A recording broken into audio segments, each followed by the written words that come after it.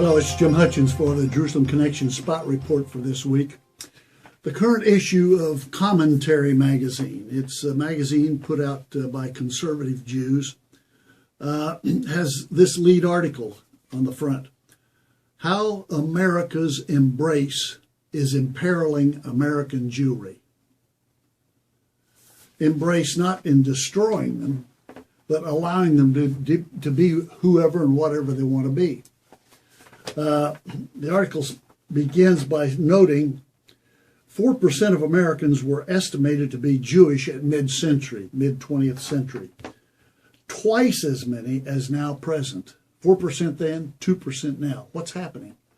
Well, basically, this article talks about this gradual, and actually it's becoming more than gradual, diminishing of the number of Jews in the United States.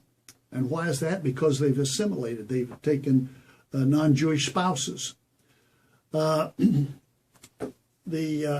article points out, for example, says secularism has always been a potent tradition in American Jewry. But the study, this was a study done by the Pew Foundation, but the study's analysis of what being Jewish means to its respondents reveals just how much irreligion has taken center stage in American Jewish life.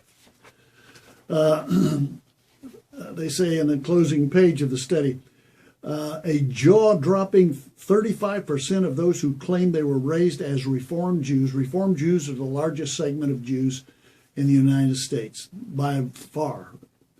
Those who were raised Reformed Jews now say one of three things. A, they identify with no movement. B, they're not Jewish by religion. And C, they're not Jewish even by ethnicity. The assimilation of Jews into the mainstream American culture, supposedly. Then they conclude on the final column by saying, unsurprisingly, Pew Foundation found that Jews are largely liberal and overwhelmingly supportive of the Democratic Party. And perhaps more surprising and more dispiriting was the suggestion that the support for Israel is less than enthusiastic. Only 38% of Jews said they think the Israeli government is making sincere effort to make peace with the Palestinians. There was a rabbi who also quoted, and I got him down here, said, today, twice as many evangelicals than American Jews believe God gave Israel to the Jewish people. Twice, I would say it's 10 times as many.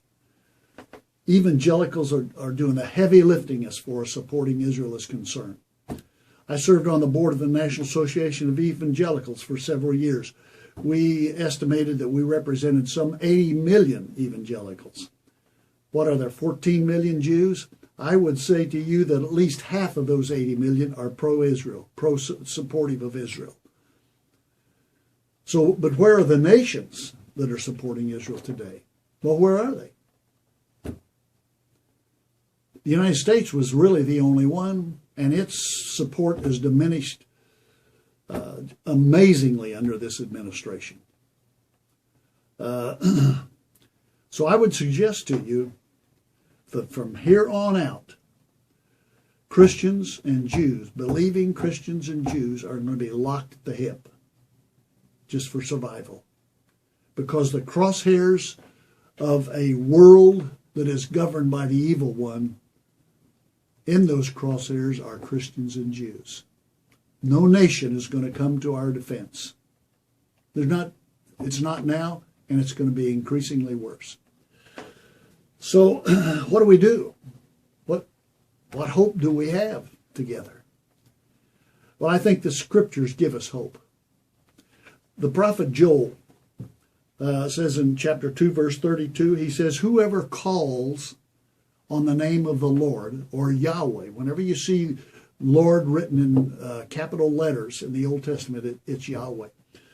Whoever calls in the name of Yahweh will be saved. Whoever calls in the name of Yahweh, not Adonai, not Hashem, but Yahweh, will be saved. Now, interestingly enough, perhaps you're not aware that the English name Jesus, that's an English translation of the Hebrew word Yeshua. Yeshua means salvation. And while you're resting sometime, take a concordance and look and see in the Old Testament how many times Yahweh is identified in one form or another with Yeshua, with salvation. Yahweh Yeshua T. Yahweh is my salvation. Yahweh Yeshua Tenu. Yahweh is our salvation. The great hope that we have is for Yahweh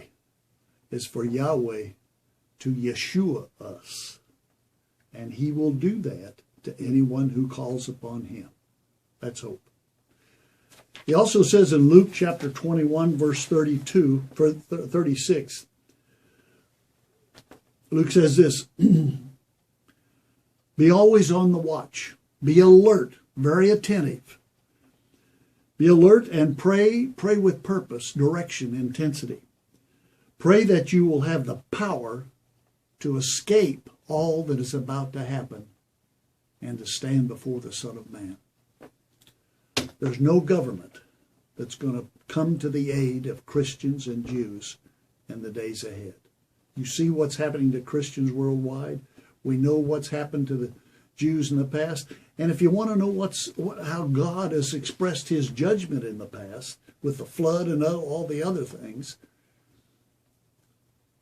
take a look at those judgments and then just realize that those are a preview of coming attractions. That's what's going to take place in the future when the Messiah comes and he rules and reigns from Jerusalem. There is hope. Whoever calls upon the name of Yahweh will be saved. Till next week, Od Ki Yavo Shiloh, or until Messiah comes, Yivarecha Yahweh. God bless you.